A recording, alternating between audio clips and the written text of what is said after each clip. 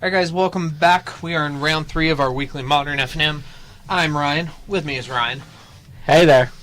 We've got Tyler Claypole on the left playing Merfolk versus Evan Fedorko on the right. He's playing Black-White Tokens. And it looks like Evan is on the play. He's going to start with Concealed Courtyard. It looks like it's going to get seize claimed. Indeed it is. It is now an island. It is now an island. Alright, well, I have this island. Yeah. One of Tyler's favorite plays out of this deck. Yeah, especially since he switched to the 8 seize claim list, kind of like the spreading seize. I think he's actually down to 2 seize claims in the main board. Okay. Yeah, we made that change before he played in the mega modern side event at the GP Pittsburgh. Okay. Yeah. Right, so Bitter Blossom. Bitter Blossom, sweet but bitter, fairy tokens. Fairy Rogue. Fairy Rogue, you're right. Looks like another. Oh, there's a Curse Catcher. There's a Curse Catcher, yeah. So, Curse Catcher for Tyler after Immutable. Mm-hmm. Untap for Evan. Trigger. Trigger. Fairy Rogue. Lose a Evan life. goes down to 19. And update. Looks like he drew Smuggler's Copter. So, he's been playing that for about a month or so now. Ever since it got banned, it's when he bought his and put them in the deck. And It's the perfect time to buy them. I know. I still need to buy some. I like the tech. Like it seems strong. So last time we had Evan on camera, it seemed like it was a very strong choice. He had a little bit of a slow start, it seemed like. So Tyler's going to go ahead and counter the Lingering Souls. Even with using the counter spell, I would say that turn 2 Bitter Blossom into turn 3 Lingering Souls seems like a pretty good curve. Right. But it looks like Tyler lost a little bit of his pressure because of this. He does have 2 Mutavaults, so he can fire one up and attack, but that's not going to race well against the Tokens deck. Right. Evan's going to fall down to 17. Yep. He is our token player. Yes, he is. But I should not refer to him as token. So there we go, another Bitter Blossom Fairy Rogue coming into play, taking him down to 16. Draw step. Not sure what it's going to show for Evan. The way the camera's positioned, we don't get a very good look at his hand. We get a very good look at the cards in play, though. Yes. Love that Morningtide token on the left. Yeah, I think it looks a lot cleaner than the Model Masters one. Yeah, the Modern Masters one. So the flowers, the flowers look nice, but they kind of distract from the fairy. Right. And it doesn't look good on camera because you can barely see the fairy right. there. So here comes Intangible Virtue. These fairy tokens are now 2/2s with Vigilance. See, he's got a great curve here. So in for 2. That has Vigilance, so that should be untapped. Tyler's going to take 2. Do you want to go ahead and fix that? Yeah, we should. Because that's going to be relevant at some point in this match. Yep. So as we get through this, Tyler's going to play another island. Probably going to play a Master Waves here, or maybe a Spreading Seas. Looks like a Spreading Seas coming down for Tyler. Probably going to hit the swamp. I'd probably hit the plains if I was Tyler. So we, as you saw, Ryan O'Loughlin fixing the Fairy Rogue. Tyler is going to hit the plains. All right, so just like I thought Tyler was hit the plains. So now Tyler draws. Looks like he drew a second Master Waves. Tyler's rereading the Intangible Virtue to make sure that it does exactly what it says it. He disputed that ruling. It's not much you can dispute there. Yeah, that's what I told him. It's exactly what it does. Life totals are correct right now. Correct. Well, actually, Evan just lost a life from his Bitter Blossom. Down to 15. I think he's okay with that, though. Yeah, I mean, it's better than losing a lot to some of the other cards that he could be losing life to. Tyler still has no creatures in play? What did he do on his last turn? He Spreading Seas the plains to turn it into an island. So he's trying to choke him off for white. And actually, I just saw one of the new cards in Evan's deck, the Fatal Push. Yeah. So That's really strong against Merfolk, I hear. yep, And it's good against Mutavault. Yep, Tyler's going to take 4. Fall down to 14. And this is where this race is basically going to just be a little bit of cleanup for. Because it's almost like that that Bitter Blossom is like a cumulative upkeep of damage for Tyler. Right. It's like 2, 4, 6, 8. Yeah, Who exactly. do we appreciate it? And it's Evan. And then here's Master Waves. It's going to be for 3. Yep. So Tyler's going to get 3 Bulbasaurs or Squirtles, excuse me. Oh, but if Evan has a way to trigger to Revolt, meet the revolt condition on this fatal push, this is going to be a huge tempo swing. which is a possibility that he could here very soon. Yeah, his deck. I don't think he actually plays fetch lands in his version, or maybe he plays a small number of them. I don't remember if he does either. But So he needs a way to get revolt, and he can't make Tyler block a creature. he may have adjusted his land base since Fatal Push has come out. Maybe he. I believe he doesn't have Marsh Flats because he doesn't own them, but he may run like Bloodstained Mire or Windswept Heath or something. Right. So now he has to. That is supposed to be a mono black fairy rogue, but due to the number of that he has in play, he only has. I actually have some Fairy Rogue tokens. I should give those to Evan. All right, so there's a Bloodstained Mire. Yep. There we go. So we do have the Revolt, which means That this is going to be cleaned up very, very shortly. I probably cast that now because sometimes a fish does have Remander Spell Pierce in the main. Right. So Evan's at 13 now. He also shocked himself, I believe. Okay, so he'll be. He's at going to 11.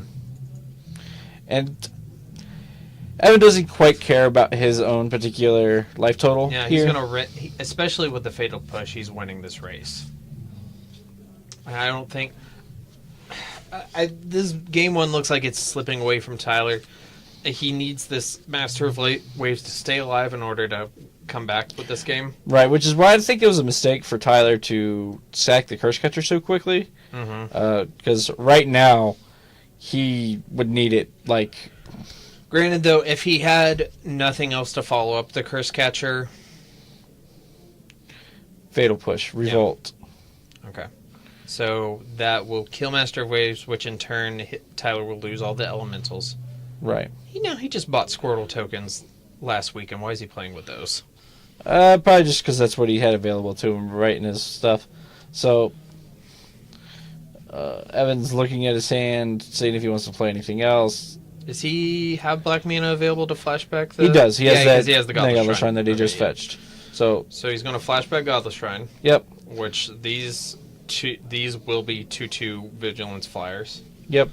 That don't cost him any life. Right. And then he's going to swing for 6.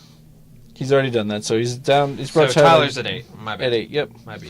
And that's pretty much going to be That's it. probably all she wrote, unless Tyler snuck an engineered explosives in his deck. Plays a Wrath of God magically. It's going to reveal Silvergale Adept off his Wonderwine hub. Probably should play Silvergale Adept first to reveal the Master Waves. However, these creatures don't have flying. Yeah, unless he has something spicy in his deck that I'm not aware of, he's drawing to nothing here. Right, so he's just going to play this. He probably should have played the Silvergale Adept. To draw a card. Right.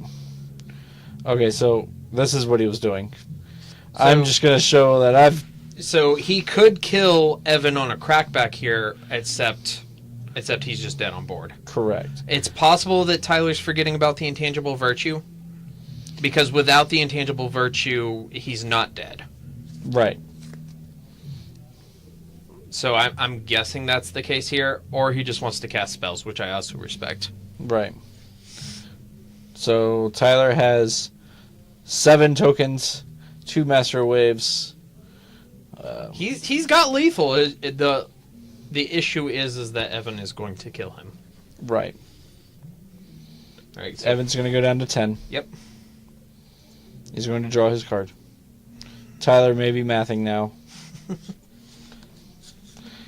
And obviously there comes the last token. He did lose a life, so he did recognize that he had the trigger. And Evan's going to have 2, 4, 6, 8, 10, 12, 14. You're 14 only is greater than 8. eight. Let's go to game 2. All right, so Evan Fedorko is up a game with black-white tokens over Tyler Claypole on the Merfolk.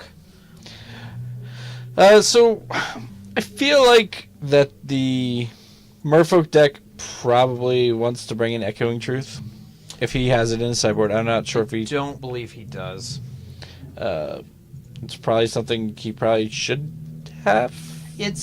There's actually, for essentially a monocolored deck, there's actually a pretty large range of options that you could play Right. in the sideboard. So Echoing Truth is definitely a consideration. Especially since he doesn't have access to engineer explosives. Yeah. I probably wouldn't normally play it, but it's definitely a consideration here because that's basically the only deck that Evan plays. I still think Echoing Truth is just fine, to have in the sideboard anyways. I mean, typically, your removal slots are going to be Vapor Snag Right. and Dismember, and those are a little better if you're just using it against creatures. But Echoing Truth does give you more flexibility against other non-land permanents. Right, exactly, and that's where I think it matters, especially if he had to. Let's say he had to play against Ensnaring Bridge. Well, the Merfolk deck is naturally just going to get their creatures bigger than what the Ensnaring Bridge is going to set you at. So oh well, my guys are all 5/5s. Well, I only have 2 cards in my hand, so you can't attack. Right. And Echoing Truth does a really good job of dealing with that. It's one of the cards that I hate to see played against me when I'm playing my Ensnaring Bridge decks that I play.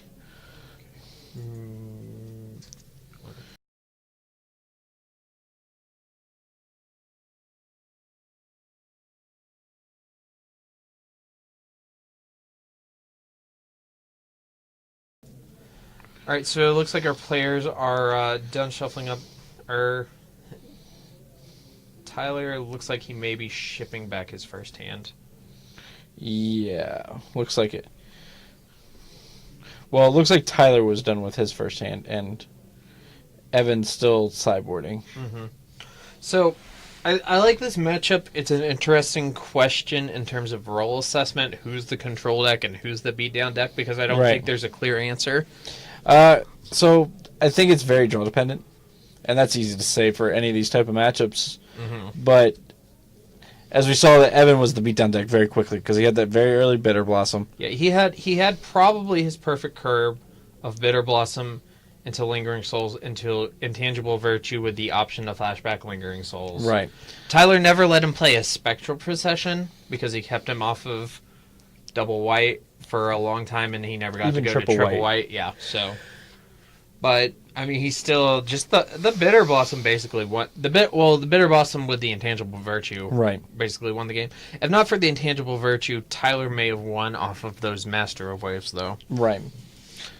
So And then Tyler didn't have any early pressure. Mm-hmm. He had to sacrifice his Curse Catcher very early to kind of stem the bleeding from. Never really had good attacks with those Mutavaults. Right. So he didn't draw a Lord at any time. He actually was choked off a double blue for a little while. Yep. Early on. Did he? Until he drew those Wonder Wine hubs. I believe he did draw a second island at one point, I don't know. I think the Merfolk deck does have more control elements to it, but especially being on the play, there's going to be a lot of draws where it is the beatdown deck. Right. He definitely assumed the control role in game 1, and it didn't work out. Mainly because he didn't have pressure, like you said. Right. And Evan was just able to play enough mana sources to get around the C claim and spreading C effects. Exactly. Which is what that deck wants to do anyway. It just kind of wants to overload the board with, well, I have all these creatures. Are you able to deal with them? Granted, the Merfolk deck also wants to do that, but you think if Tyler played Standard during Cobblade that he would probably be playing the Spread'em deck? Oh yeah. Yeah. Not saying that he's not able to play Cobblade, but no, he just wants to play Spreading Seas. Yeah. And Jace. I mean, to be fair, I might want to play that deck too. Deck was kind of cool. I did watch a pretty cool thing earlier this week where they played Callblade versus the current Mardu Vehicles deck. Yeah. And the only reason why Callblade won is because of Jace. Yeah. Otherwise, it was very, very close. Did they include Batterskull in that? They did. Okay. That's interesting. That just shows the strength of vehicles. And it was just the fact that they were able to recur so many things, like with the Batterskull, with the Sword of Body and Mind that just gave a whole bunch of creatures. Squadron Hawk being able to get put back into the deck because of Jace. It gives you a shuffle effect for your Brainstorms. Right. And Stoneforge Mystic is a shuffle effect too. Actually, that deck had fetch lands as well, right? I believe it did. Yeah, because the fetch lands were from Zendikar, so he got to Brainstorm and have X number of shuffle effects in the deck. Wow, so Evan's on blue Godless Shrine. Yeah, so this is really bad for Evan, obviously. But he can cast Lingering Souls and Bitter Blossom. There's the Bitter Blossom. He can cast everything in his deck. Does he have the Spell Pierce? There's the Spell Pierce. He does have Spell Pierce. But still, Tyler has no pressure. Right. Tyler is, again, assuming the control version in this particular matchup, which... The Aether Vial is going to help a lot, because this is going to let him deploy some creatures. Right. While still holding up mana. I'm going to reveal this Lord. I think he's going to go... Oh, he's just going to go and play the Lord. Well, now he has a board. Right, so now this Master Waves that I believe he also has a Master Waves in his hand. So he just not even worry about the Aether Vial and just untap and play Master of Waves and get 4 tokens. Or no, 6 tokens. Right. Yeah. So... And then he also has a... Phantasmal Image in his hand. Which means he can get another Master on the next turn. And right. Yeah, okay, so... So Tyler had the right amount of control here, plus the... Well, there's the path. The path is going to make the Master of Waves a lot worse, but it's also not contributing to Evan's board at all. Right. So Evan actually has a Ghost Quarter here, and in response to the Master Waves trigger, he can Ghost Quarter his own land. Yeah, to get rid of 1 devotion, and also let himself have a swamp. Right. Or plains. Whichever he's in the need for. Which it may be another plains, just because he wants to be able to cast that Spectral Possession if he has it. Yeah. That's assuming he still runs Spectral Possession in his deck, because he's going a little more mid-rangey with Smuggler's Copters now. Right. I imagine he has at least a couple copies, but I'm not sure. So Tyler just plays out a Mutavault, swings for 2. Are you tempted to save that Ghost Quarter for the Mutavault now, or? That's a big thing. So Tyler actually chooses not to play the Master Way. Just, you know what? I'm going to beat you down with this 2/2 and make you beat me. I think that's actually pretty disciplined, and I respect that, because Evan has no pressure and Tyler has 2 threats. So why play the Master before you have to? Right. Now here comes the Lingering Souls, which trade quite well with the Silvergill Adept, yeah. Silvergill Adept. Not as much with the Mutavault. Let's see how he taps his mana incorrectly, I feel. Just because you want to leave out that black, like he could have also flashed back the... You want to leave up your black or your Ghost Quarter and use that blue mana when you can. Right. Yeah. Sometimes I feel like people forget that you can still use these islands that you have. You just sometimes you feel like you got Stow Rain, but you didn't. Okay, right, so well, okay. Now we have a 4/3 and a 4/4 that are unblockable. Yep. So it's gonna bring Evan down to 10. Yes, I did miss 2 points of damage from the Silvergill Adept earlier. Yeah. So Evan needs 2 removal spells here. Well, if he chooses, he has to take 10 because he doesn't have. He may have Dismember, possibly. Is that really what you? I don't know if it's what you want to do. I'm just trying to think of things that he could have he can cast here. Brings in his own echoing truth. Now that's a next level. He's saying, yeah, these are huge. They have island walk. The only thing that I could think of that Evan could realistically have in his hand here that he may want to cast in this spot is Dismember. Right. So, okay, so he's going to take the damage. Go down to 10. Or down to 8. Did we miss something? Possibly. Did Evan... He may have been at 16. He may have been. Maybe there was a shock off the Godless Shrine and we missed it. Mm-hmm. So he's going to draw. And he's dead on board. Right. He doesn't have a way of getting rid of 2 lords. Yeah, and he cannot block. So there's an intangible virtue. Which doesn't contribute. Now he's using the blue mana, which is good. And the Ghost Quarter doesn't save him because he needs to get rid of both of those islands. Right. Or at least get rid of the lords. Like, get rid of, yeah. So he needs to get rid of... Well, even one lord would help, because then he could block the other lord. Correct. He's just going to flash back Lingering Souls. So, this should be game here. Unless he has... Now Dismember isn't out because he'll have to pay 4 life for it. Right. Okay, so he's going to attack. I think he's just kind of keeping up appearances here. Which is fine. I like it when people play Magic. Tyler's down to 16 after taking 4 from the Souls. Tyler got attacked by ghosts. Yep. Tyler's going to untap all of his mana. He drew a lot of it this game. Yeah, he did. And he made a game out of it still. These mainlands do help with the flood, but... Right. And okay, so Tyler's just going to turn everything sideways. Yeah, I think... He's going to Ghost Quarter. Is it Ghost Quarter? But that's still 4, 8. Yeah, it's still 8. Okay, so we're going to game 3. I think Evan was just keeping up appearances there. Which is fine. I respect people playing Magic. I will never take issue with that. I can figure out why it does that. Sorry about the technical difficulties, everyone. No worries. Thank you for staying tuned. We currently have Tyler and Evan both tied at 1 game apiece.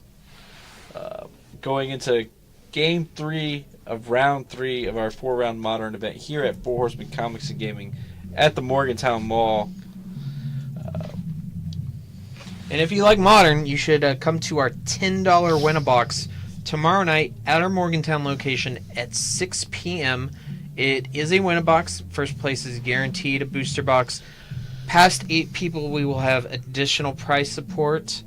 And that is not the usual entry fee for that event, so I definitely recommend coming down and taking advantage. We usually have a decent turnout for Modern win-a-boxes. It is our most popular format here at our store. And then if Modern isn't your thing, but you're still watching us anyways, we appreciate it. But we also have a standard GPT tomorrow starting at noon. There's no deck list required for that, as it is a standard... Is a regular REL event. As Wizards did downgrade them from competitive to regular last year. Right. And that is for Grand Prix Beijing, which, I mean, if you win and you're going to Beijing, well, this is the perfect Otherwise, Grand Prix you for can just win money and Planeswalker points. Right, exactly. Which, you probably like those things. I would love to go to Beijing, honestly, but... I would too. Probably. Looks like Tyler keeps 7, Evan's going down to 6. I'm hoping he has a good 6. I'd like to see a good game here. As would I. It's been a pretty good night for our Modern Magic that we've seen tonight. We try to keep it up and choose different matches so we're not having the exact same people on camera every time for you guys. That way it's just a little bit different. I don't think we've had any repeats tonight. Yep, a little bit of on purpose. Yeah, which is good. I mean, like we've got great attendance tonight. We've got 19. Yeah, 19. No, 20. Is it 20? Okay, yeah, because Jimmy didn't sign up. Okay, or no, Jimmy did sign up, but Kurt didn't put him in. Okay, so we did get to 20. Yep. So yeah, so 20 people for our Modern event. pretty strong showing. Like I said, it is by far our most popular format. So looks like Evan is going to keep. Looks like he's got 2 lands, Lingering Souls, and a Tangible Virtue. No, he is not. No, he's going down to 5. Don't like to see that. Nor do I. I especially in this matchup where they're just threats and answers to each other is what they want. Yeah, it's rough. We could still see a decent game here. We'll find out.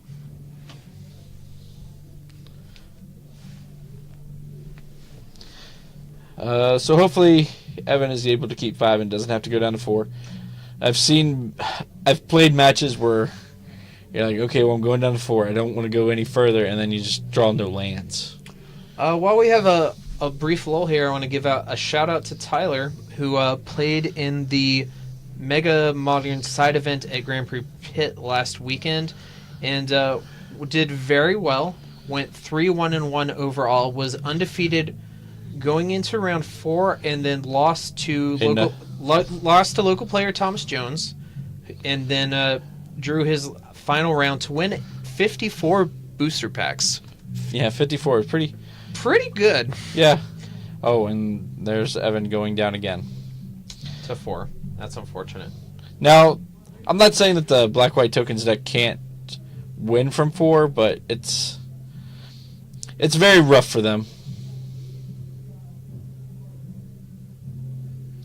So Tyler, you had that. We had a couple players make day 2.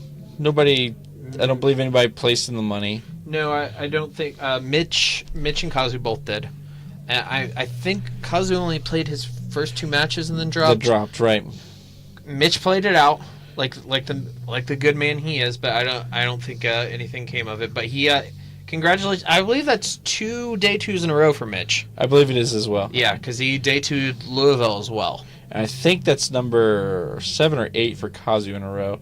In a row? I think so. He didn't day 2 Louisville. Oh, he didn't day 2 Louisville. No. Okay. At Louisville, we had all the knuckleheads except for Wyatt. So Alan, Elliott, Mitch, and Diamato. They all made day 2 at Louisville. Okay. Yeah. I was not able to go to that event, unfortunately. Yeah, it was actually a great event. We went to the Bird Teeth Cafe after day 1. We all had a great meal. All right. Russell bought drinks for everybody who made day 2, and me too, because I asked him real nice. And then we had 6 people on our check, and Russell was in the bathroom when the waitress came, and I told her that Russell was paying for everybody. And when he came back, she gave him the whole check, and he just handed her card.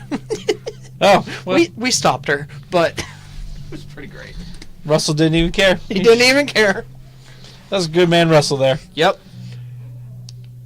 And in comes a Curse Catcher in for 1. So Evan had the Intangible Virtue on turn 2. So he's not hurting on land drops. He's not hurting on color. I don't know if he has any actual token generators though. Right, and I think whatever one he does decide to play is probably going to get countered by the Curse Catcher. Yeah, so if he may have to punt a Lingering Souls into this Curse Catcher to 1, slow Tyler down, and 2, just get rid of the Curse Catcher so he can resolve something on the next turn. But that's if he has a Lingering Souls, which he is down to. Is he 2 cards? 1 or 2 cards, I believe. Yeah, so this isn't looking great. Although it's possible. No, I mean Tyler has a good curve, but maybe he's choked on something. No, he's not. So he's got it all. Evan's thinking about it. I think it is a Lingering Souls, but he's really trying to decide. Like, do I need to? Tyler has 2 Spell Pierces and two Lords in his hand. Okay, so Inquisition. All right, so let's get a good look at Tyler's hand. Now, if Tyler pops the Curse Catcher here, do you just? Nah, I don't think realistically that was something that Tyler would do. I'm just saying, if he did though, do you pay for it or you just? Yeah, I pay for it. Oh my, he has 3 Spell Pierces, an Aether Vial, and a Lord. So you take the Lord. You definitely take the Lord. Because he's not choked on mana, so you can't choke him. You can't contribute to that by taking the Vial. Right. You can't take him off a Spell Pierce. You can't even take him down to 1 Spell Pierce. So you definitely take the Lord to try and slow down his board. Yep. I would imagine Tyler's not going to be cracking that Curse Catcher anytime soon with 3 Spell Pierces in hand. So you definitely want to get rid of that Lord and slow down his clock as much as possible. Yep. Yep. Evan came to the same conclusion. Seems correct. Is that a foil Lord? Did he upgrade? No, it's a Time Spiral one, probably. It's either a Time Spiral or a JSS one. It looked like a JSS one, kind of. I think it's a Time Spiral one. I think it's one of the ones I sold him. Okay. So Evan's going to take a minute to write down the rest of those cards. Spell Pierce times 1 billion. Yeah, Spell Pierce times probably all the ones you play. And he draws a Master. So he's going to get to play Master with Spell Pierce up. Yep. Which I like that more than playing the Vial here. Yep. And here comes some more damage. And for 5. Evan's going to fall down to 13. Yep. A little bit unfortunate for Evan. This mold of 4 was pretty rough on him. Yeah, it's not what we like to see, but down to 11. I'm sorry. But that is part of the game we love. Variance is built into the game for a reason. Looks like Evan may just have 2 lands in his hand.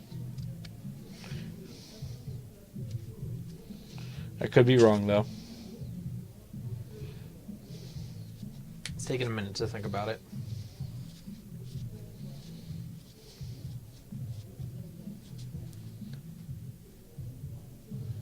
Double checks his graveyard.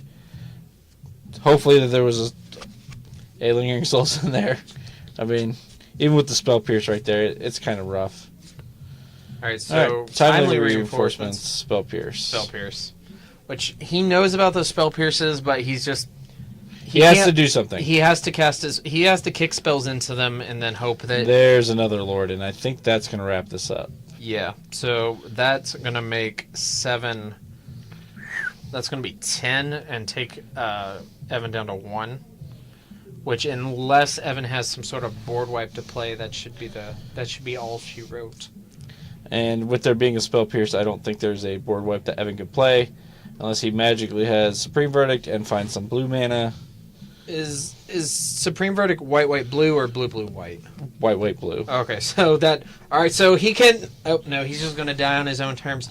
So Tyler Claypole on Merfolk taking the match 2-1 over Evan Fedorko on black-white tokens. We have probably about 15 minutes left on the clock for the main event. We might be back with a Game 3. We're not sure, but thanks for watching, guys. Now let's take a look at what Evan brought in. Stony Silence, Disenchant, Pithing Needle. A whole bunch of stuff that seemed a little slow.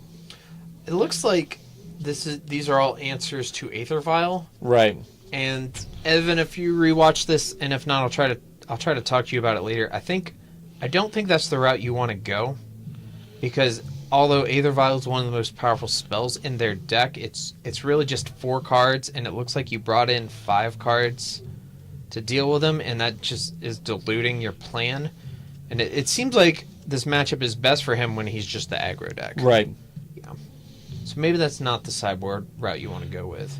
Looks like he took out of his Zealous Persecutions and maybe a few other cards that... Zealous Persecution can be good when you get it before a Lord, but